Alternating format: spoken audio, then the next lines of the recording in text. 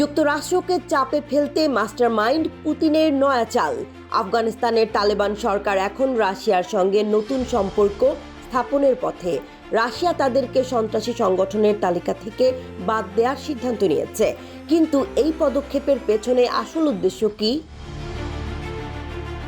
আফগানিস্তানের তালেবান আন্দোলনকে সন্ত্রাসী সংগঠনের তালিকা থেকে বাদ দেওয়ার রাশিয়ার সিদ্ধান্ত আন্তর্জাতিক রাজনৈতিক মহলে নতুন আলোড়ন সৃষ্টি করেছে।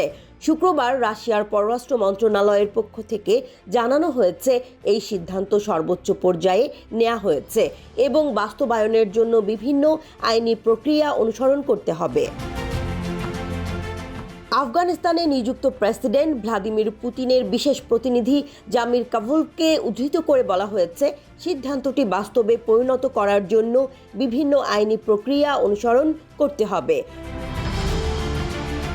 পুতিন জুলাইয়ে বলেছিলেন, রাশিয়া আফগানিস্তানের তালেবান আন্দোলনকে সন্ত্রাসবাদের বিরুদ্ধে লড়াইয়ে মিত্র হিসেবে বিবেচনা করে।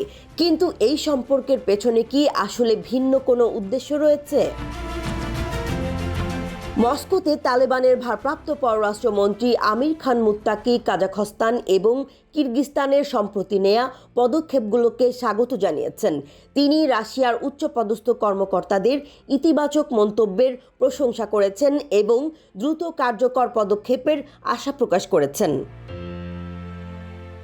এদিকে রাশিয়ার পররাষ্ট্রমন্ত্রী সের্গেই ল্যাভরভ বলেছেন, কাবুল ছাড়া সমস্যা সমাধান করা বা আফগান মীমাংসা নিয়ে আলোচনা করা অসম্ভব।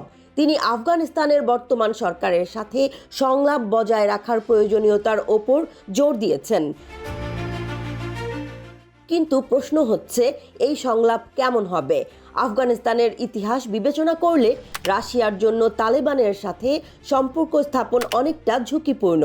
1979 সালে সোভিয়েত সেনাবাহিনী আফগানিস্তানে আক্রমণ করেছিল, যা পরে বিপর্যয়ের দিকে পরিচালিত হয়েছিল। ল্যাভরভ বলেন, যুক্তরাষ্ট্রের বাজেয়াপ্ত সম্পদ আফগানিস্তানে ফেরত দেওয়া উচিত এবং পশ্চিমাদের উচিত দেশটির সংঘাত পরবর্তী পুনর্গঠনের দায়িত্ব স্বীকার করা। ল্যাভরভ আফগানিস্তানে মানবিক সহায়তা বাড়ানোরও আহ্বান জানিয়েছেন এবং বলেছেন, রাশিয়া তাকে খাদ্য ও প্রয়োজনীয় জিনিসপত্র পাঠাতে থাকবে। কিন্তু এর পেছনে কি রাজনৈতিক উদ্দেশ্য রয়েছে? মুত্তাকি জানিয়েছেন, ইসলামিক স্টেটের বিরুদ্ধে সহযোগিতার প্রয়োজনীয়তা রয়েছে। এই প্রেক্ষাপটে তালেবান এবং রাশিয়ার সম্পর্কের উন্নতি কি কেবল ইসলামিক স্টেটের বিরুদ্ধে লড়াইয়ের জন্য, নাকি তাদের নিজেদের রাজনৈতিক স্বার্থেও? মুত্তাকি জানিয়েছেন, এই অঞ্চলের দেশগুলোকে ইসলামিক স্টেটের বিরুদ্ধে লড়াইয়ে সহযোগিতা করা উচিত। তার মতে, আফগানিস্তানের বাইরেও ইসলামিক স্টেট প্রশিক্ষণ কেন্দ্র স্থাপন করেছে।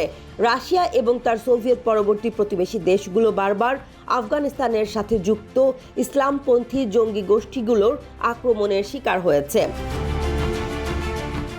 রাশিয়া এবং তার সোভিয়েত পরবর্তী প্রতিবেশী দেশগুলো বারবার আফগানিস্তানের সাথে যুক্ত ইসলামপন্থী জঙ্গি গোষ্ঠীগুলোর আক্রমণের শিকার হয়েছে।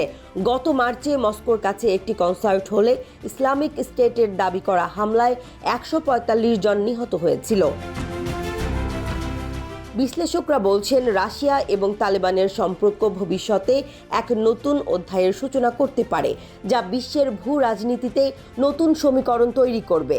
তালেবানের সাথে রাশিয়ার সুসম্পর্ক কিভাবে পশ্চিমা শক্তির ভারসাম্যকে প্রভাবিত করবে, সেটাই এখন দেখার বিষয়।